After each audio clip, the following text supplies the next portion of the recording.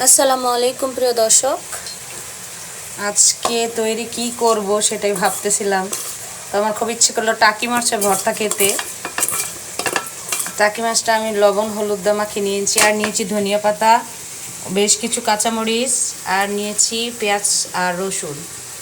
এখানে আমি মাছটা একটু ভেজে নিব। এই তো দেখেন, মাছটা একটু ভেজে নিব।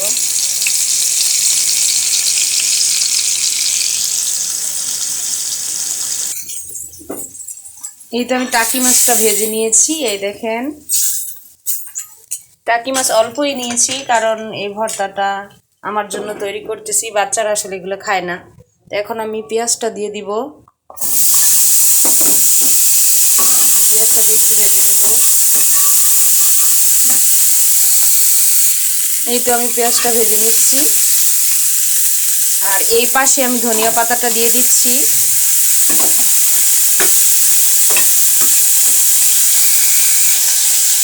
এই তো ধনিয়া পাতাটাও আমি একটু ভেজে নিচ্ছি, পুরোপুরি ভাজবো না, তাহলে ঘ্রাণ নষ্ট হয়ে যায়। এখন আমি নামিয়ে নিব। এইবার আমি মরিচ দিয়ে দিব। মরিচ দিয়ে একটু পানি দিয়ে দিব আমি সাথে দিয়ে, মরিচটাকে আমি একটু সিদ্ধ করে নিব। প্রিয় দর্শক, ভর্তা তৈরির জন্য আমার সব কিছু রেডি হয়ে গিয়েছে দেখেন। এবার আমি মাছটার কাটা বেছে নিব। এইভাবে এভাবে মাঝখানে কাটাটা ছাড়িয়ে নিব, এই যে এইভাবে। প্রিয় দর্শক, আমি মাছের কাটা ছাড়িয়ে নিয়েছি। এবার মরিচটাকে আমি বেটে নিব লবণ দিয়ে। এই যে লবণ দিয়ে দিলাম, লবণ দিয়ে ভালো মতো এই যে এভাবে বেটে নিব পাটায়। এবার আমি দিয়ে দিব মাছ। কাঁচামরিচটা আমি বেটে নিয়েছি, এবার মাছটাও বেটে নিব।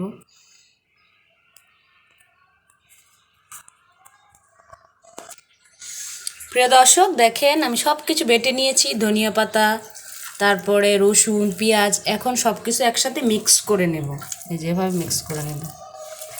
আর আপনারা লবণটা একটু টেস্ট করে নেবেন। আমি লবণটা টেস্ট করে নিচ্ছি, কারণ আগে লবণ দিলেও তারপরে ঝালের মধ্যে কিন্তু অনেক লবণ টানে।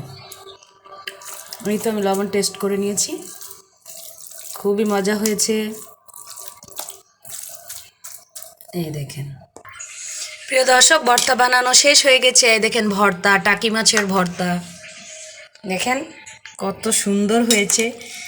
এই ভর্তা দিয়ে 1 চামচ ভর্তা দিয়ে 1 প্লেট ভাত তো খাওয়াই যাবে। এরকম একটা ভর্তা যদি সকালবেলা অথবা দুপুরের পাতে থাকে তাহলে কেমন হয় বলেন তো দেখি। তো প্রিয় দর্শক, ভর্তার এই রেসিপিটা যদি আপনাদের ভালো লেগে থাকে তাহলে প্লিজ আপনারা ভর্তা বানিয়ে খাবেন। টাকি মাছ, কই মাছ, সব মাছ দিয়ে ভর্তাটা তৈরি করা যায়। এখন তো আমি খাবো আর টেস্ট করে আপনাদের বলবো কেমন হয়েছে। এই তো দেখেন,